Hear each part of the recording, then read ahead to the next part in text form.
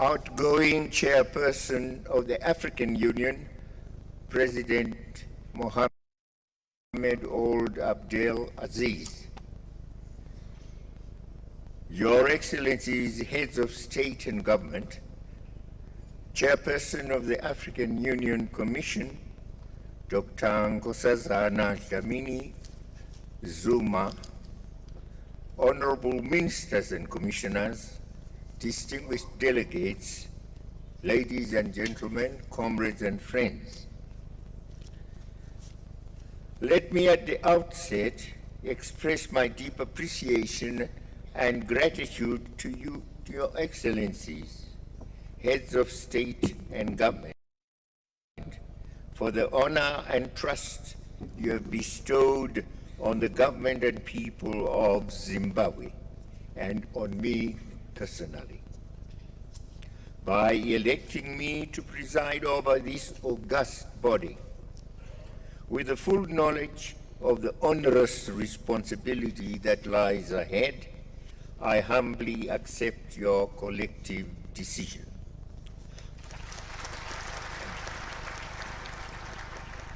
I do so confident that I can always count on your full support and cooperation in the execution of the important mandate you have given me.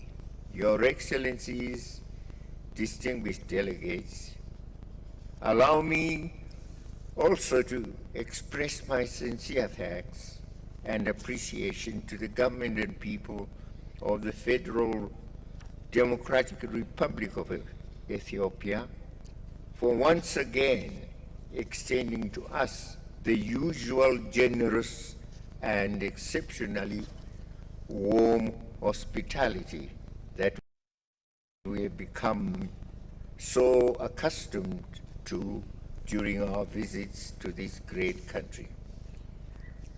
I also wish to take this opportunity to thank and commend Your Excellency, President Mohamed Ould Abdel Aziz, for the able and professional manner that you steered our deliberations in the past year with. I will certainly draw on Your Excellency's experience and advice in the year ahead.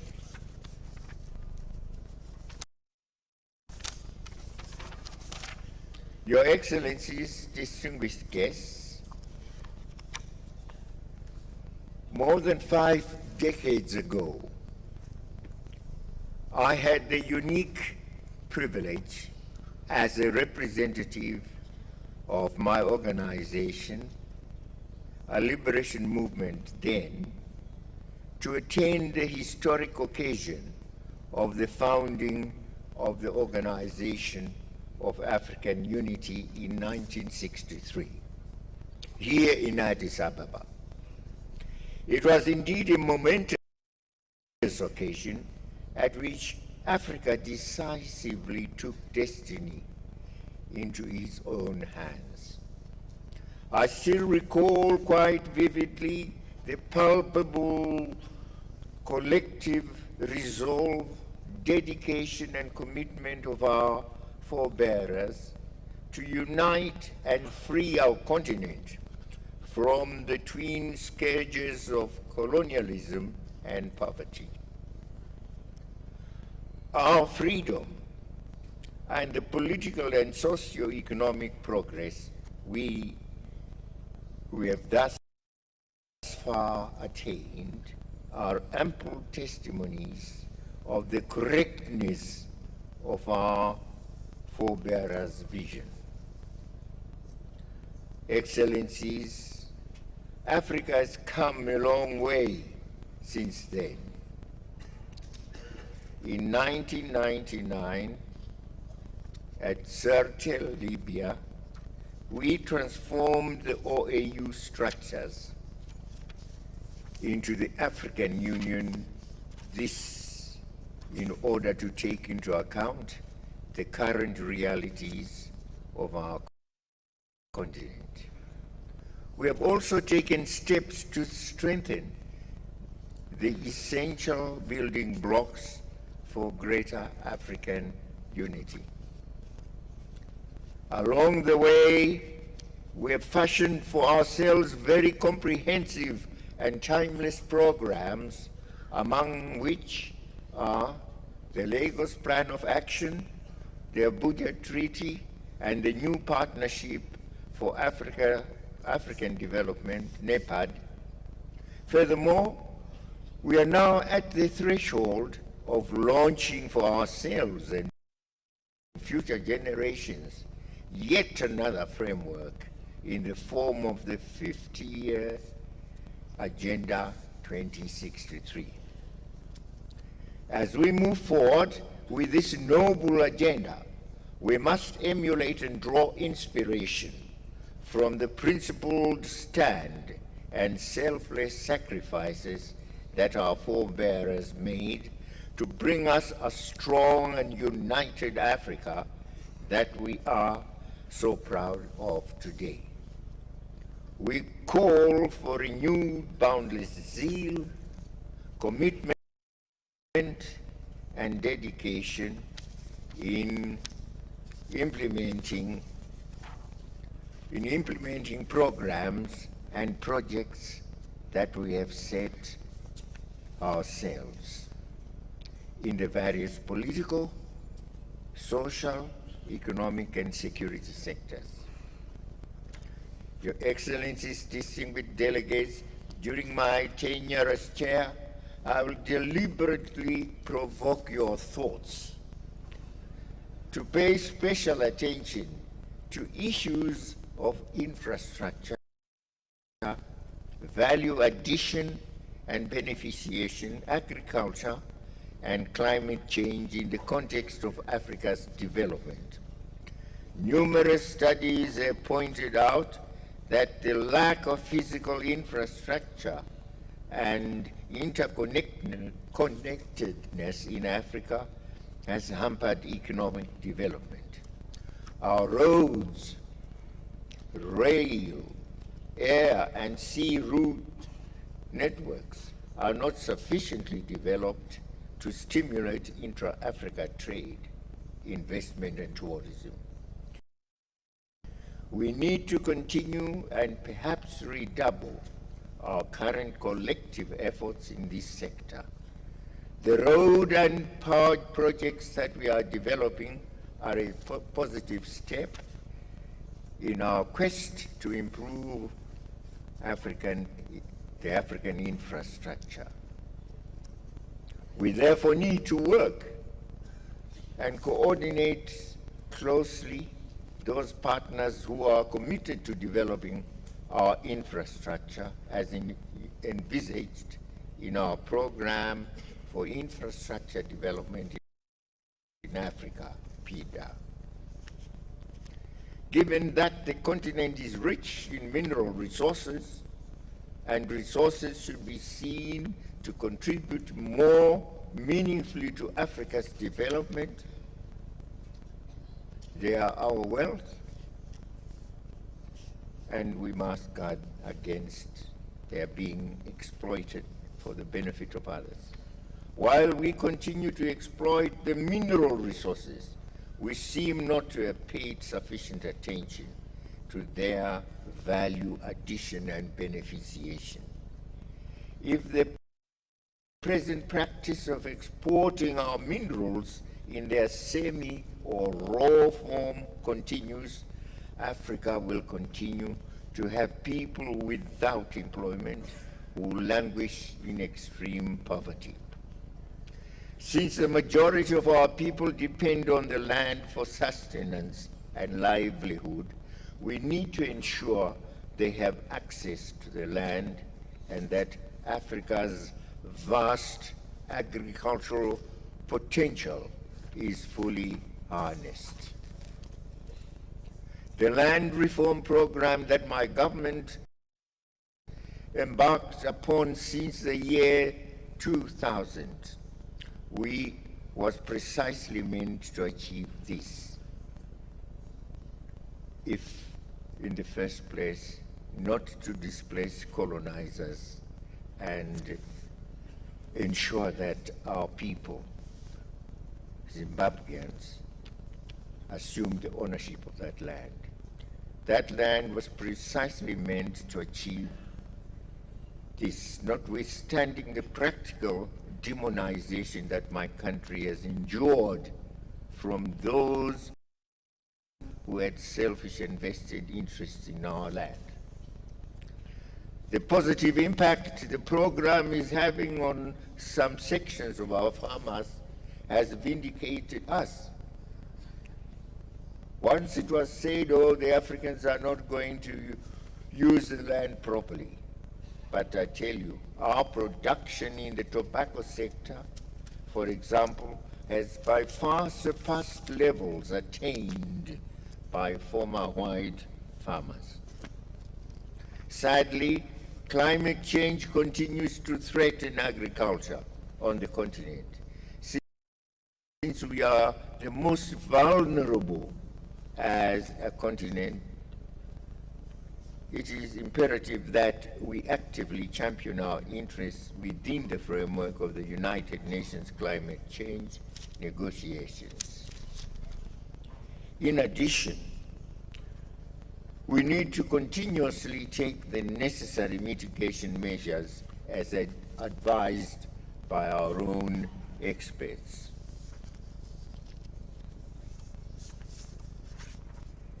Your Excellencies, I am alive to the urgency with which we should together continue to strive to confront the ills that beset our continent. As we look ahead, the African Union should continue to endeavor and double its efforts in bringing about sustainable peace and security on the continent. We are disheartened by the turmoil in Libya, a key member of this august body. Violence in that country has reached unacceptable levels. In the Central African Republic and the Republic of South Sudan, communities that had lived peacefully together for centuries are now torn apart. Add to this the recurrent disturbances in the east of the Democratic Republic of Congo, which have taken a heavy toll on human, national, and regional resources. But on a positive note, we highly commend the African Union and ECOWAS for handling in a peaceful manner the transition in the Republic of Burkina Faso. We also commend the Southern African Development Community, SADC, for the expeditious and successful manner in which it has handled the recent disturbances in the Kingdom of Lesotho, as indeed also have handled the situation of Madagascar.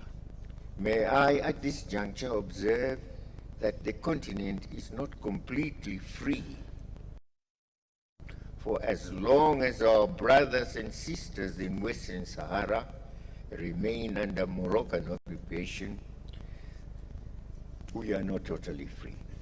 We call on the United Nations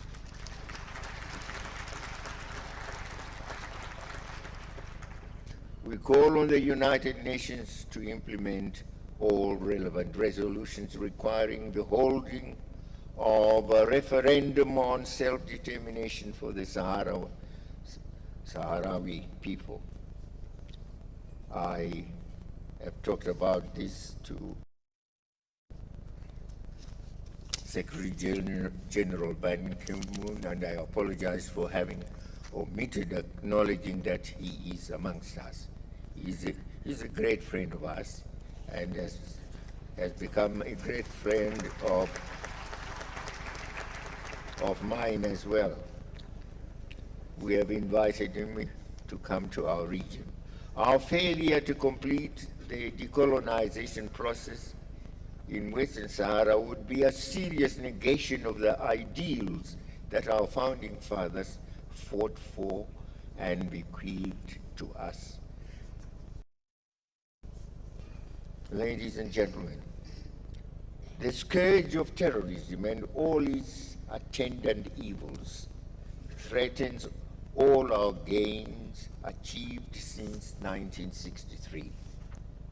In the coming year, we therefore should deliberate and find lasting solutions to the scourge of terrorism, the loss of innocent lives, and the destruction of property inflicted by terrorists recently in the Cameroon and Nigeria.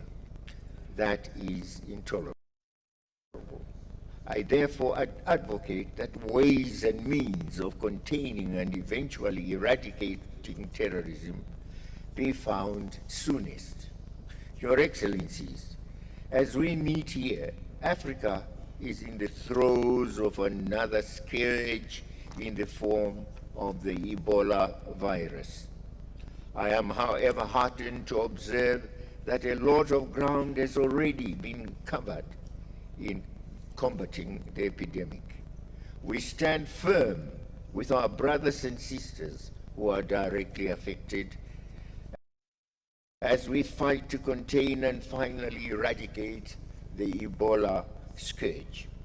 I also take this opportunity to express our gratitude to the member states, cooperating partners, corporate bodies, civil society, organizations, and individuals who have joined efforts in battling Ebola. Your Excellencies, the people of Palestine have suffered callous murder and territorial displacement, and yet the so-called champions of human rights in the international community continue to block unashamedly every effort towards the creation of a viable Palestinian state, existing side by side with the state of Israel. The African Union should fully support the Palestinian God-given quest for statehood, based on the pre-1967 borders and membership of the international organization, including their right to be a member of the International Criminal Court. Your Excellencies, as SADC chairman, allow me also to take this opportunity to share with you our efforts towards meeting the goals of our regional organization. In SADC, we have adopted several economic strategies to propel the sub-region to greater heights, mindful of our role as a building block towards the African Union. The economic transformation strategy we have crafted is anchored on leveraging the region's diverse resources to attain sustainable economic development. This strategy, encapsulated in the Regional Indicative Strategic Development Plan and the Strategic Indicative Plan for the Organ on Politics, Defense, and Security, which entails adding value to commodities.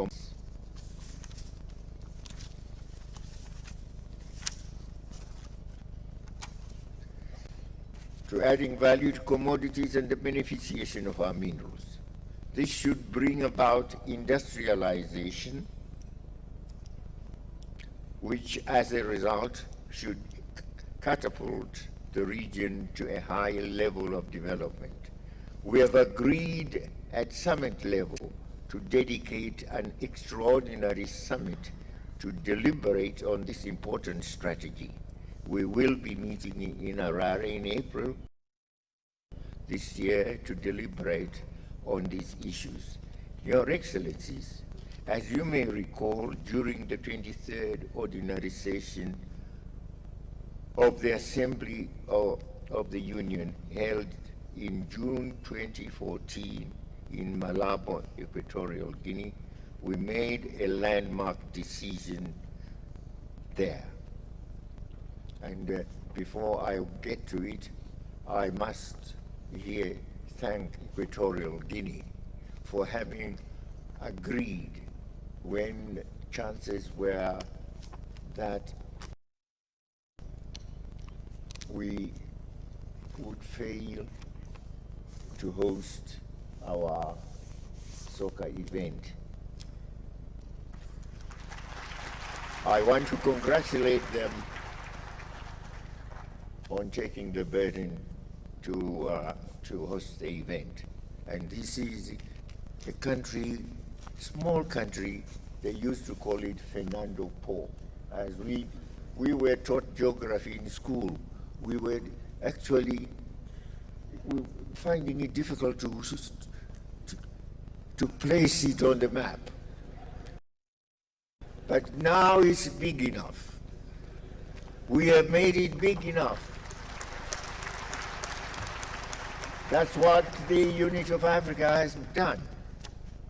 And as fortune would have it, and they are not only the ones who have had this recent fortune, Providence has provided them with oil.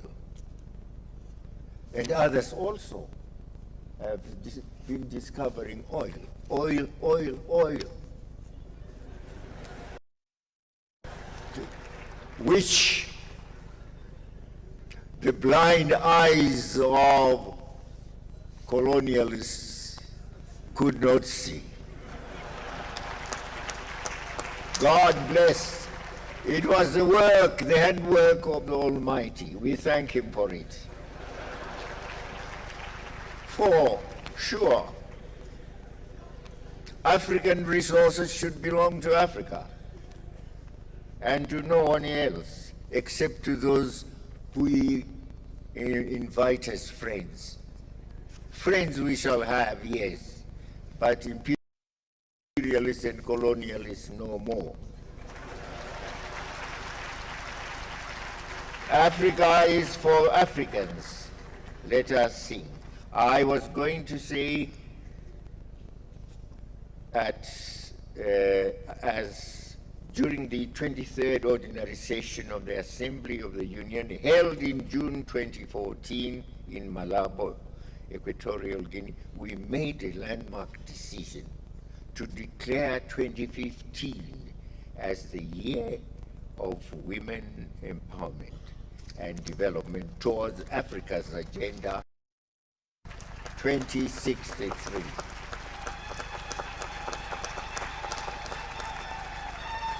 The theme offers us a great opportunity as Africa to strengthen our initiatives and to consolidate the gains we have made in the area of gender equality and women empowerment. It also strengthens our resolve to ensure that our commitments to gender equality as enshrined in the protocol to the African Charter on Human and People's Rights, on the rights of women in Africa, and the Solemn Declaration on Gender Equality are effectively implemented.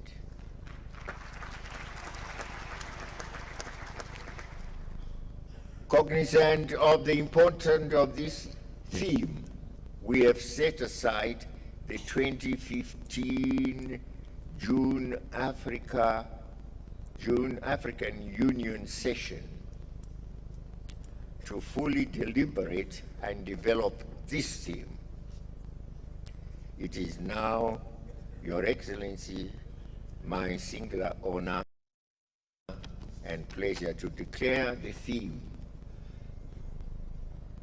namely, an Africa where development is people-driven, unleashing the potential of its women and youth, officially launched.